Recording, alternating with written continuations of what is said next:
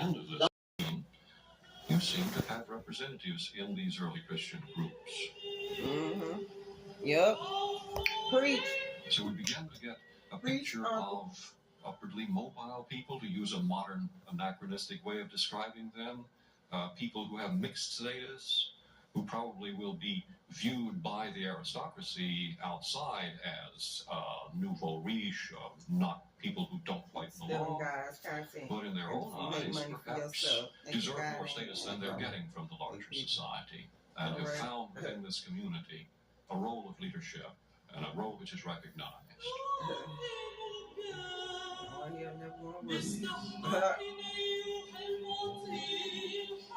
The worship of an early Christian house church probably centered around the dinner table. The term communion actually comes from this experience of the dining fellowship. We also know that all other aspects of worship that we think of as going with early Christian practice probably happened around the dinner table as well. Paul refers to one person having a song and another person bringing a prayer. Everyone is contributing to the banquet, whether it's in the form of food or in the form of their piety and worship. Throughout the New Testament, particularly Paul's letters in the book of Acts, we find out that women owned the houses in which the early Christians met. This, I think, is significant because I don't think the women who owned the houses were simply providing coffee and cookies, in effect, for...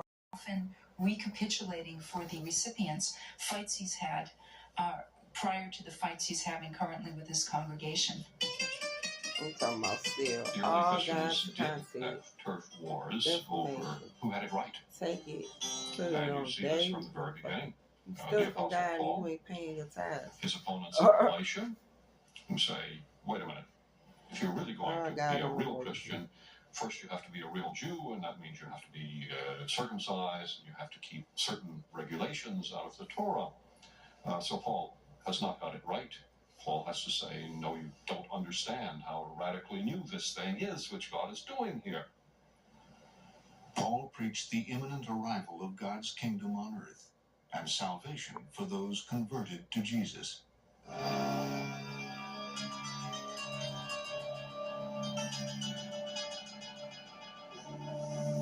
You know what time it is, how it is now the moment for you to wake from sleep.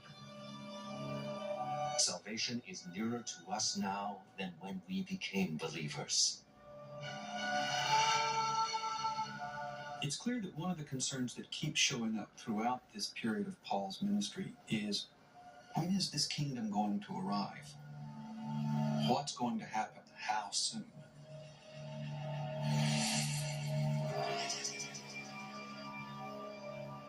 They are still 25 years after the fact, anticipating the imminent return of Christ and the imminent arrival of the kingdom. And it's this kind of, don't slow me down with the facts, impatience and energy that we get in Paul's letters.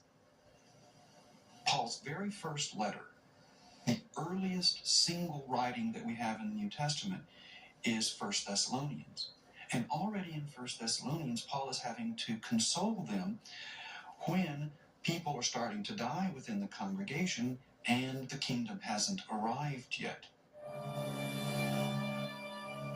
Paul believed the earthly world order was about to change. The time was running out. The end was at hand. Clearly, the message about the coming end time was the part that would have been threatening to a Roman official. And would have been threatening to any native population that had vested some authority in Roman officialdom.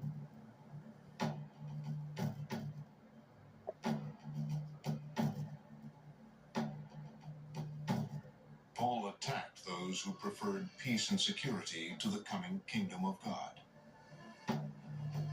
When they say there is peace and security, then sudden destruction will come upon them. Scholars have wondered who this people is who are saying peace and security.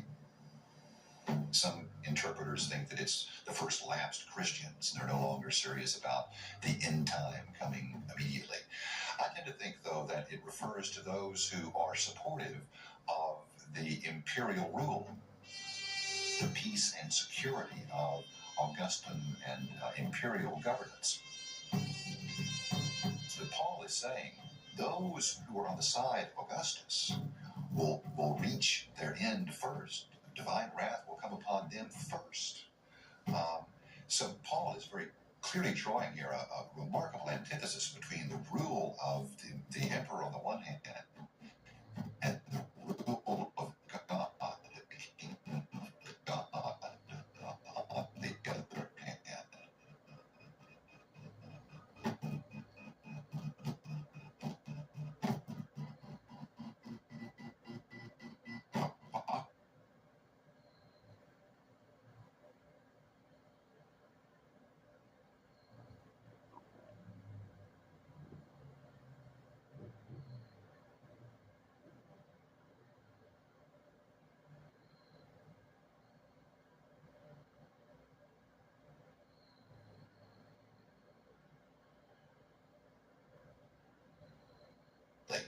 I tend to think, though, that it refers to those who are supportive of the imperial rule, the peace and security of Augustan and imperial governance. So Paul is saying those who are on the side of Augustus will reach their end first. Divine wrath will come upon them first. So Paul is very clearly drawing here a remarkable antithesis between the rule of the emperor on the one hand and the rule of God, the kingdom of God, on the other hand. Apocalyptic expectations were fueling political turmoil throughout Judea. Jewish resistance to Roman rule was growing daily.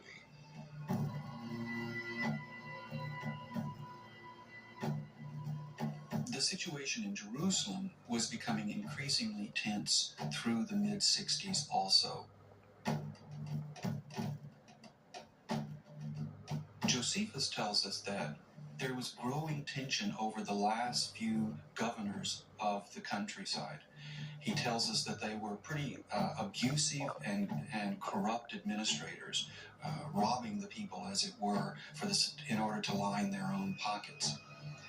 Josephus also tells us that there's another source of growing tension in the country at this time, because there's an increasing number of bandit and rebel types coming out of the woodwork in the country.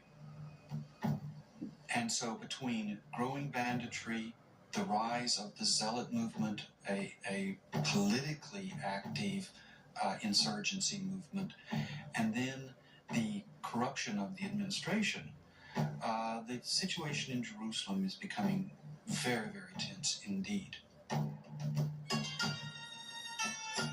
In the year 60 of the Common Era, after a decade building communities in the Greek East, Paul decided that his work there was done. Now, with no further place for me in these regions, I am going to Jerusalem in a ministry to the saints. Paul wants to fulfill the promise that he had made to Peter and James back in the Jerusalem conference. For these 10 years that he's been in the Aegean, he's had his congregations collecting monies together to take back to Jerusalem. Now we find him gathering all that up, each congregation sending an emissary with their part of the contribution, and they're all going as an entourage to lay it at the feet of James in Jerusalem. I know that when I come to you, I will come in the fullness of the blessing of Christ.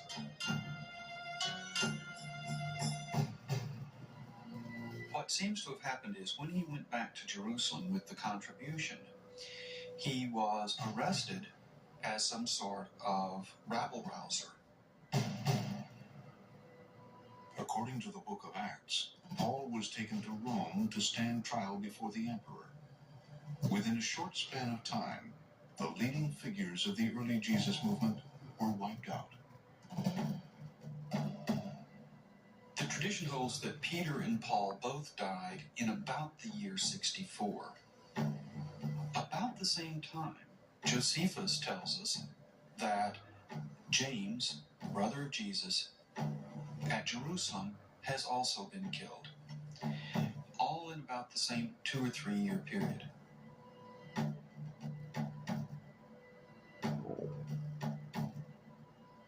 With the passing of this first generation, the expectation that all of those coming events must be close at hand probably was a concern for a lot of people.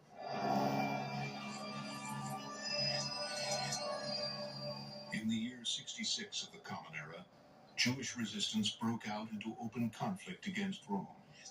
The rebels seized Jerusalem. The first Jewish revolt had begun.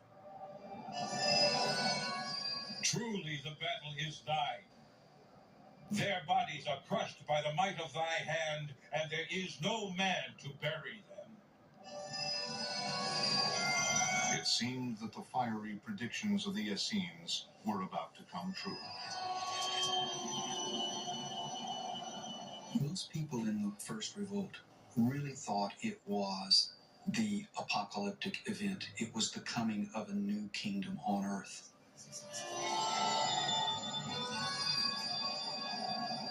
Several of the leaders within the revolt really claimed to have messianic identity or prophetic identity. They shall be a flaming torch in the straws to consume ungodliness. True to their beliefs, the Essenes marched out to fight the Romans and were annihilated. Even many Christians thought that the war was the actual apocalyptic event. Valiant warriors of the angelic host are among our numbered men, and the hero of war is with our congregation.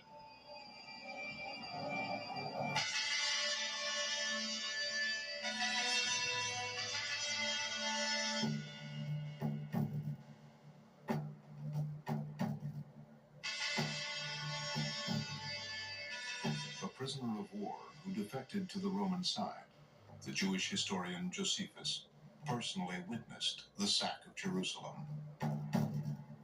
Josephus describes walking around the walls of Jerusalem and pleading with people on the inside to give up rather than go through the suffering and agony that would come from a long, protracted siege.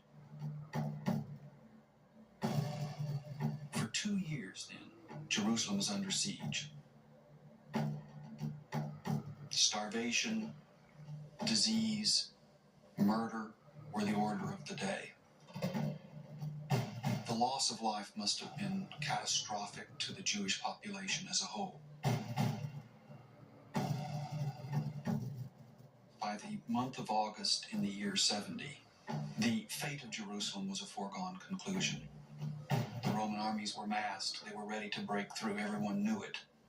It was just a matter of when. But they were going to fight to the death, and many of them did die. So on that fateful morning, when they broke through, Josephus describes the events of them breaking through the walls, the Roman soldiers running through the streets, going into every house. Pouring into the alleys, sword in hand, they massacred indiscriminately all whom they met, and burned the houses of all who had taken refuge within, running everyone through who fell in their way. They clogged the alleys with corpses, and drowned the whole city in blood.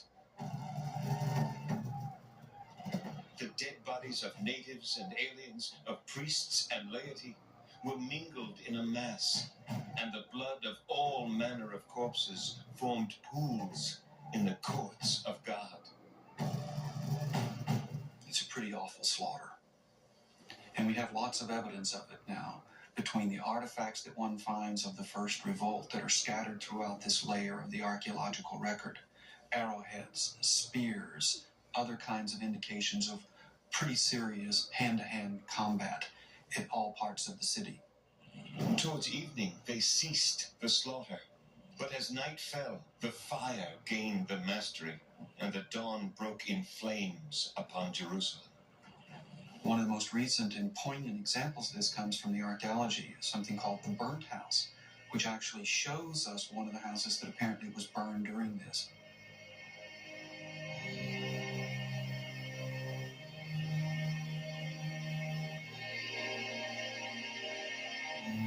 All of the furniture and the implements are here in place, with a layer of ash and residue of the burning still quite clear.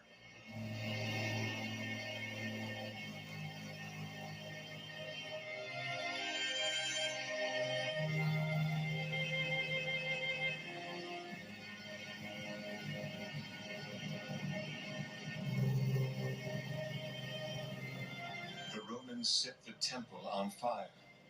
All that was left was the platform wall that once supported the symbol of the center of the nation of Israel.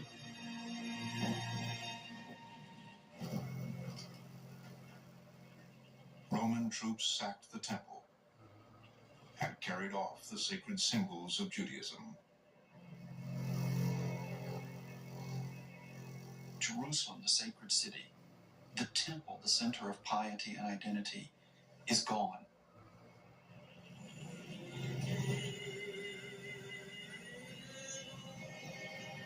It's very important that we remember that up to and through the First Revolt, Christians are still part of Judaism. And the revolt and its aftermath is just the beginning of a split, as each group tries to rethink its earlier traditions in the light of the failure of the First Revolt.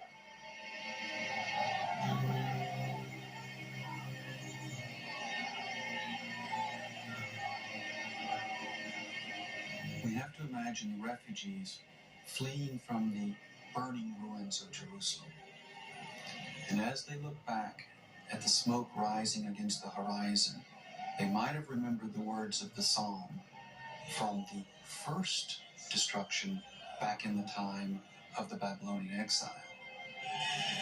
By the waters of Babylon, there we sat down and wept when we remembered Zion.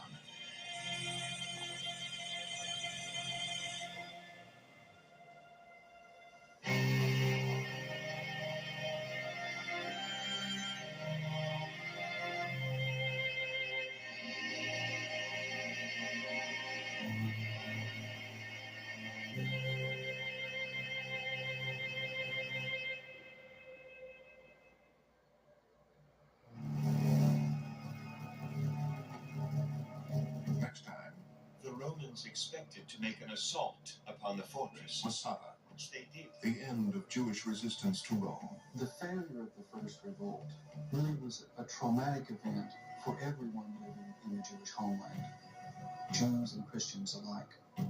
As a result, they had to start rethinking their own assumptions. And the beginning of the Gospels. I am the light of the world. He who follows me will not walk in darkness, but will have the light of life. The Gospels are very peculiar types of literature. They're not biographies. They're a kind of religious advertisement. What they do is proclaim their individual authors' interpretation of the Christian message. Telling and retelling stories about Jesus. Why? Have you no faith? And they were filled with awe, and they said to one another, Who is this thing that the wind and the sea obey him? And it is the story of the broken relationship between Jews and Christians. But the unbelieving Jews stirred up the Gentiles and poisoned their minds against the brothers. Luke is reflecting the development of the Christian movement.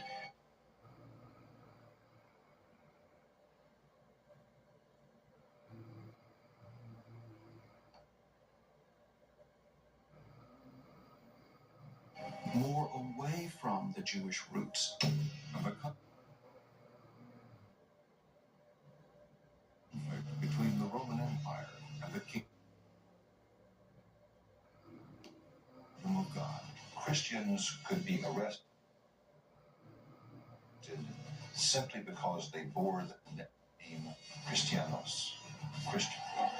That was enough under the Roman Convention to convict one of a capital crime. Next time on From Jesus to Christ, the First Christians on Frontline.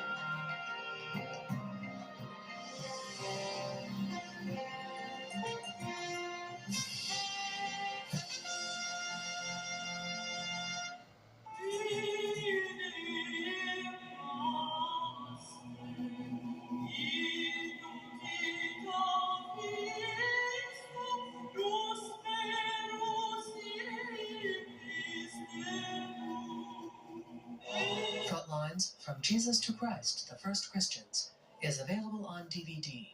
To order, visit shoppbs.org or call 1-800-PLAY-PBS.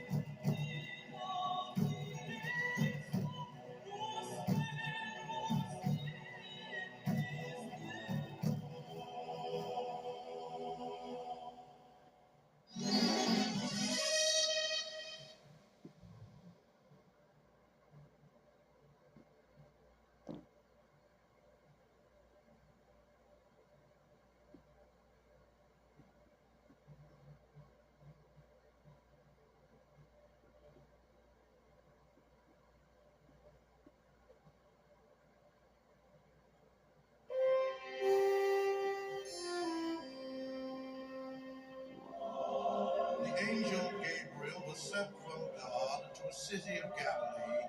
Every Sunday, in every corner of the world, betrothed to a man, people gathered to hear a story. And the virgin's name was Mary. For more than 2,000 years, that story has been told and retold. And to bear a son. Along the way, each generation has found in its telling its own meaning and interpretation. You shall call his name Jesus. That story of a man called Jesus of Nazareth, a man who became Jesus Christ, was originally told by his first followers.